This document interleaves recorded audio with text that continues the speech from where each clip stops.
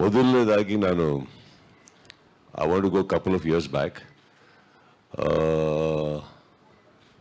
96, 97.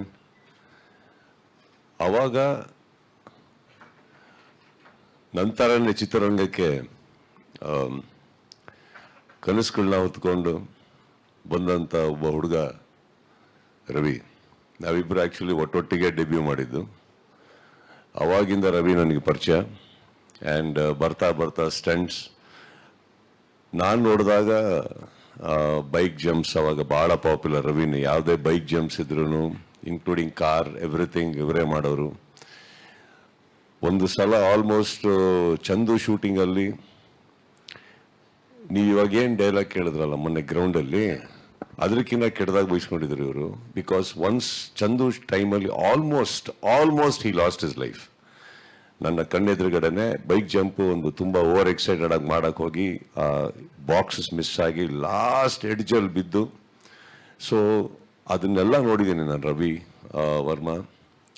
And then I saw him fall down, then I saw him rise again. ಅದಾದಮೇಲೆ I saw him travel.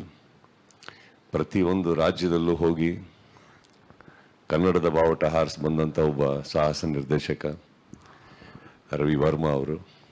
And I am very very proud.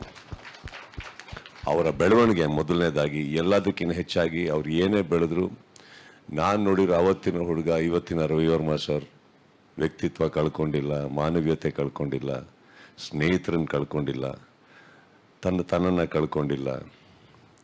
Because it is very easy ಒಬ್ಬ ಮನುಷ್ಯ ಬೆಳಿಬೇಕಾದ್ರೆ changes ಆಗೋದು. Is been the same. ಇವತ್ತು ಇಲ್ಲಿಗೆ travel ಆಗಿದ್ದೀವಿ ಅಂತಂದರೆ it's very simple. Because ರವಿಗೋಸ್ಕರ ಎಲ್ಲಿಗೆ ಬೇಕಾದ್ರೆ ಹೋಗ್ತೀನಿ ನಾನು, ಏನು ಬೇಕಾದ್ರೆ ಮಾಡ್ತೀವಿ ನಾವು. Because it's a beautiful journey.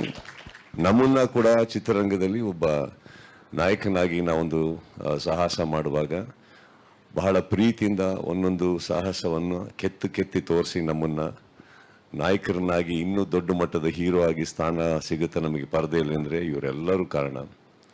So Ravi, I wish you all the very best. ತುಂಬ ಚೆನ್ನಾಗಿದೆ trailer. And I wish you many more success. ಈ ಪ್ರೊಡಕ್ಷನಿಂದ ಇನ್ನಷ್ಟು ದೊಡ್ಡ ಮಟ್ಟದ ಒಂದು ನಿರ್ಮಾಪಕನಾಗಿ ತುಂಬ ಸಿನಿಮಾಗಳನ್ನ ಮಾಡಿ. I wish you all the best sir.